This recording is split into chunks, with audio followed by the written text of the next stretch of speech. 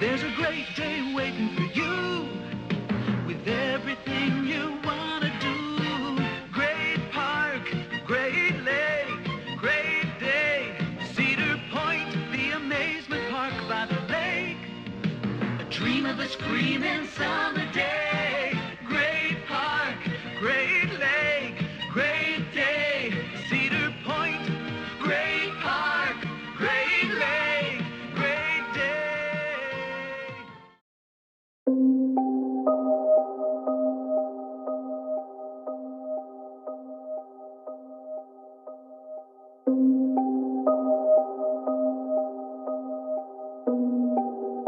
Located in Sandusky, Ohio, Cedar Point Amusement Park has been entertaining and thrilling guests of all kinds ever since it opened in 1870.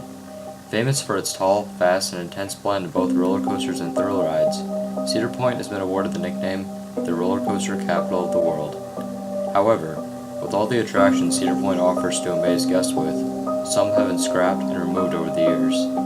Whether it was due to mechanical problems, low ridership, or having been paved to make way for bigger and better attractions, many rides have seemed to have disappeared and become forgotten as the historic queen of American watering places. These are 6 defunct Cedar Point attractions that you can no longer ride.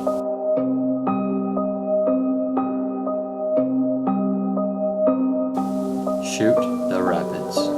H.U.V.A. The Rapids was a new water ride that opened to guests in 2010. Located in the Frontier Trail area of the park, H.U.V.A. The Rapids was a boat ride that took guests through the fictional town of Crystal Cove and ultimately soaked them with 2 different sized drops.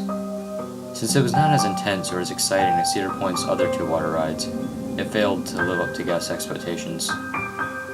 The ride soon had an accident during the 2013 season when a boat flipped over and nearly drowned 7 riders. Thankfully, everyone escaped safely, but the accident kickstarted a downward spiral for the ride, leaving it closed for the majority of the 2014 season, which eventually led to its permanent closure in 2015. Nothing has since replaced H.U.V.A. The Rapids, other than a relocated version of the Ripcord attraction named Professor Delbert's Frontier Fling. Other than that, the space utilized by the ride remains open for future development. H.U.V.A. The Rapids is just one example of a bad investment made by the park. While a new water ride for the park would always be welcomed, Cedar Point chose to invest in a boat ride where the boats had shoulder harnesses. As proven by the 2013 accident, water and shoulder harnesses don't go well together. Many fans of the park hope that they eventually revisit the space occupied by the former ride, scrapping the neighboring Dinosaurs Alive attraction for the likings of something new. But as of now, Crystal Cove remains a ghost town.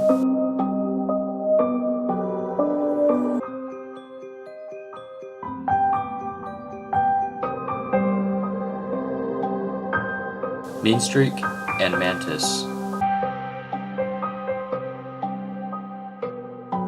Both coasters were known to be exceptionally rough and hard on riders' backs, necks, and legs. These factors led to a decrease in their popularity and ridership. Rather than completely demolish both of these large attractions, Cedar Point decided to give each of them a bold and exciting new refurbishment, which altered the ride experience for guests for the better and rebooted their popularity in the parks. In 2015, Mantis scrapped its stand-up element in exchange for new floorless roller coaster seats. Utilizing the same track, the ride was repainted and reopened as Rougarou, which provided a new werewolf theme and a smoother, more enjoyable experience for guests to encounter. As for Mean Streak, the massive wooden coaster closed at the end of the 2016 season. It was unclear for a while what would happen to the coaster, as it was not being demolished and work was progressively being done on the structure throughout the summer of 2017.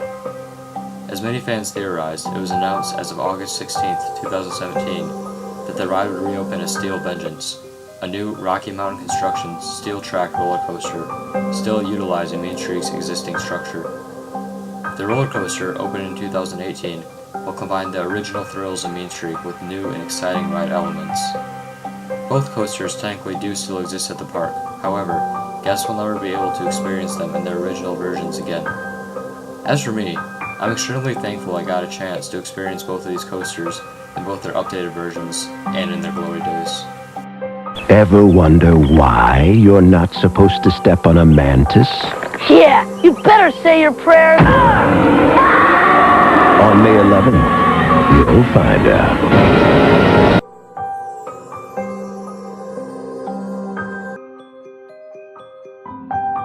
Jungle Larry's African Safari. Jungle Larry's African Safari was a popular exotic animal show that ran at the park from 1965 to 1994.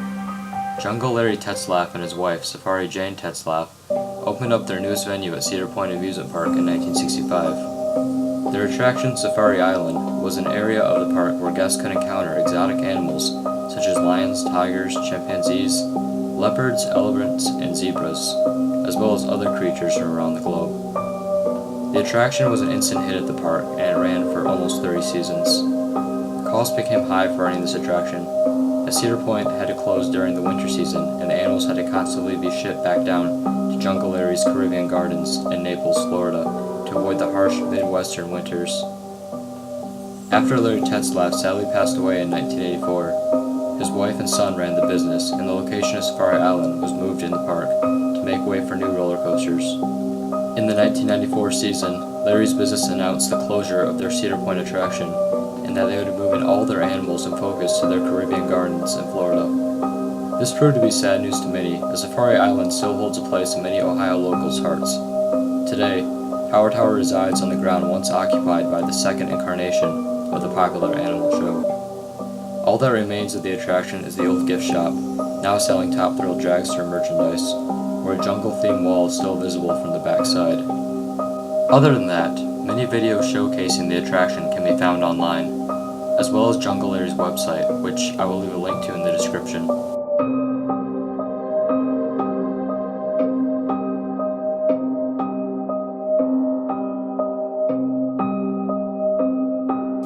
The Pirate Ride. One of Cedar Point's most unique defunct attractions, the Pirate Ride was a dark ride that opened in the park during the 1966 season and was purchased from a shut-down 1960s amusement park known as Freedomland. This was one of two rides the park purchased from Freedomland, the other being the San Francisco Earthquake Ride. The ride was essentially a very cheap version of Disneyland and Walt Disney World's Pirates of the Caribbean attractions. Riders would board small boats and embark in a dark building through different pirate-themed scenes. The ride closed in 1996, probably due to low ridership and costs, especially since the park was beginning to focus on the changing demographics and invest in more thrilling roller coasters. An arcade opened up in the loading section of the building for several years, but soon closed. Now, the building remains vacant. It resides next to the entrance of Blue Streak roller coaster, and is used mainly for storage. The building is also transformed into the magical house on Boot Hill during the Halloween's event, and occasionally old props and animatronic figures from the ride are recycled for use as Halloween decorations. From what I've heard, workers at Cedar Point who use the building claim that it is still possible to see the markings on the floor from where the track used to be, and that these markings are also visible while walking through the Boot Hill attraction, though I have yet to see them for myself.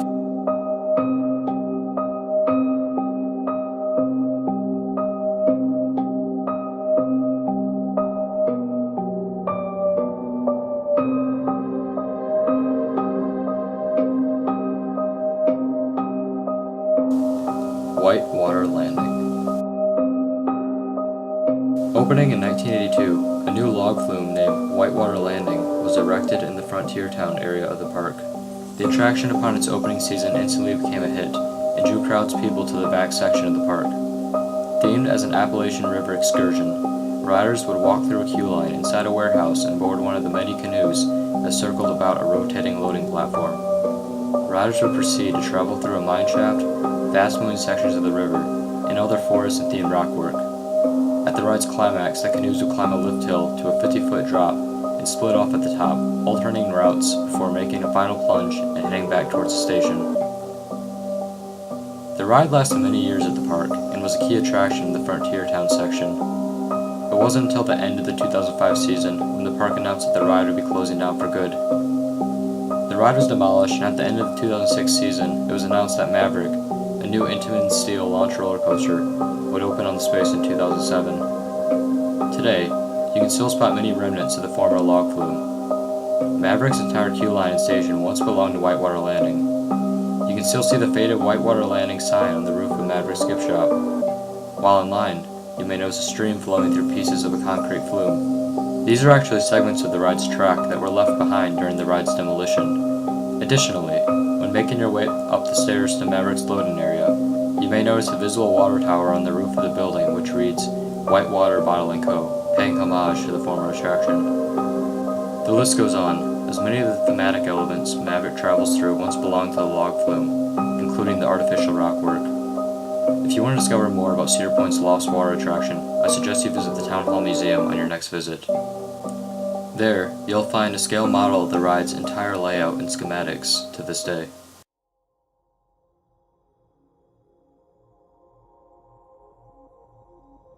Avalanche Run / Disaster Transport. During the mid-1980s, a new bobsled roller coaster opened up on Cedar Point's beachfront, known as Avalanche Run. The coaster was a fun, family-friendly roller coaster and popular among guests, but had a series of mechanical issues due to its location directly on the beach. To prevent sand and other elements from doing damage to the ride, it closed in the 1989 season. It was enclosed in a large, box-shaped, ugly gray building.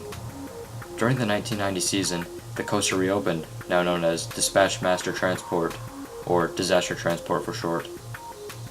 The coaster was essentially Cedar Point's cheapened-down take on replicating the Disney Park Space Mountain and Star Tours attractions, complete with space travel agency theme, special on-ride effects, a theme queue line, audio animatronics, and other intergalactic-themed elements. Disaster Transport soon became known not as an exciting, timeless Cedar Point roller coaster, but as a legitimate disaster. Soon after its opening year, the special effects on the ride began to break down. Rather than invest in repairing and constantly refurbishing the ride, Cedar Point's then CEO, Dick Kenzel, decided to let it be. This allowed for almost every single effect on the ride to be broken down or removed, and by the year 2012, the coaster went from a fun space adventure to a dull, empty roller coaster in pitch black darkness. It was no big surprise to guests when Cedar Point announced at the end of the 2012 season that Disaster Transport and its neighbor, Space Spiral, would be removed in favor of Gatekeeper, a record-breaking wing coaster. Disaster Transport is known to many to be Cedar Point's biggest blunder for a nearly infinite list of reasons.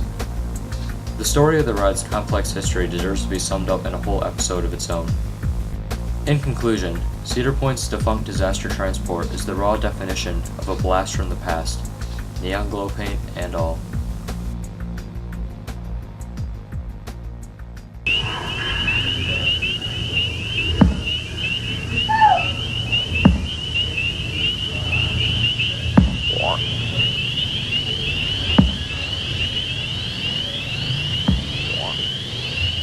Next time you get bored with life on Earth, leave.